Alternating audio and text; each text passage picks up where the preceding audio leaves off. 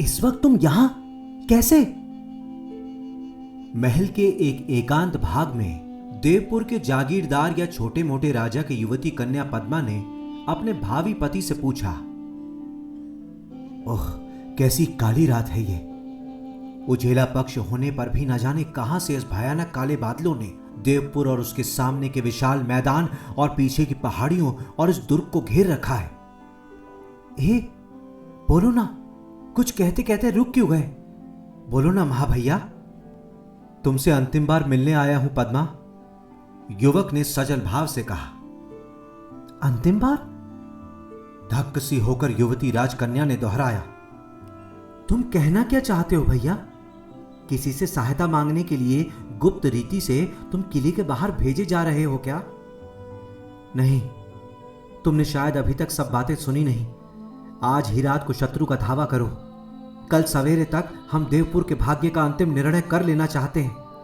लेकिन अभी तो कोई कह रहा था कि संधि होने वाली है। नहीं, हमारे शत्रु संधि नहीं, आत्मसमर्पण चाहते हैं। इधर देवपुर दुर्ग का एक एक राजपूत इस वक्त ठाकुर कृपाण सिंह के आग लगाने से भभक उठा है। कौन कृपाण सिंह? इस दरबार के वही बूढ़े और थके सेनापति? हाँ, उन्होंने आज इस किले में चारों ओर घूम घूम कर लोगों को मर जाने लेकिन आत्मसमर्पण न करने के लिए ललकारा है। वो बूढ़ा वीर तलवार घुमा घुमा कर, नाच नाच कर और एक उत्तेजक गान गाकर लोगों को शत्रुओं के विरुद्ध उभारता जा रहा था। उसका गाना सुनकर लोग मरने मारने के लिए तैयार हो उठे हैं। कौन सा गाना गाते थे ठाकुर कृपाण सिंह? जरा मैं भी सुनूं। पूरा तो मुझे याद नहीं, पर जितना याद है उतना ही तुम्हारे समझ लेने के लिए यथेष्ट होगा। सुनो।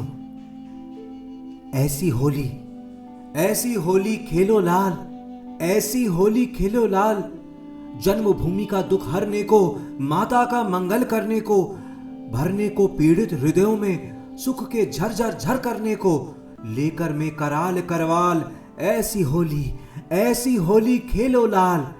तुम स्वतंत्रता के ज्ञाता हो, मुक्त मुक्ति के निर्माता हो, माता हो आरत पुकारती, उबलो उठो देखते क्या हो, लेकर में कराल करवाल, ऐसी होली खेलो लाल।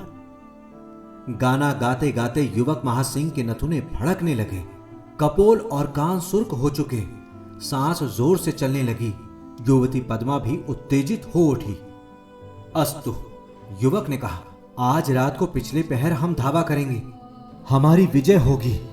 हो सकती है, होगी ही सही, मगर हम में से शायद ही कोई उस विजय का आनंद लेने के लिए बचे। देवपुर की आने वाली पीढ़ी हमारी पूजा करेगी, हम पर गर्व करेगी। हम न बचेंगे तो क्या? स्त्रियों को हमारे रण प्रस्थान के पूर्व ही जौहर करना होगा और बच्चों को किसी प्रकार बचाकर सुरक्षित स्थान में भेजना होगा। इसीलिए मैं तुम्हें यह संदेश सुनाने के लिए आया हूं कि मुस्कुराती मुस्कुराती आग में कूदने को शीघ्र ही प्रस्तुत हो जाओ। मैं? कुछ सोचती हुई पद्मा गंभीर भाव में बोली, मैं जौहर नहीं करूंगी। फिर क्या करोगी? होली खेलूंगी। हां, मैं होली खेलूंगी, मुस्कुराहट के साथ उत्तर मिला। होली? किससे? विदेशी गुगल सेनापति से, विदेशी दानवों से। तुम्हारी बात मेरी समझ में नहीं आ रही। कल देख लोगे तो समझ में आ जाएगी। तो बिना तुम्हें अपनी बनाए ही कल मुझे इस लोक से? मत बोलो ऐसा। हमारा ब्याह तो होगा ही। हमें एक दूसरे से कौन अलग कर सकता है? हम एक हैं और एक ही रहेंगे। युवक कुतूहल से अपनी बाल सखी पद्मा का मुंह देखने लगा। ये कहती क्या है? कल तो जीवन यज्ञ की पूर्णाहुति है, फिर ब्याह होगा कब?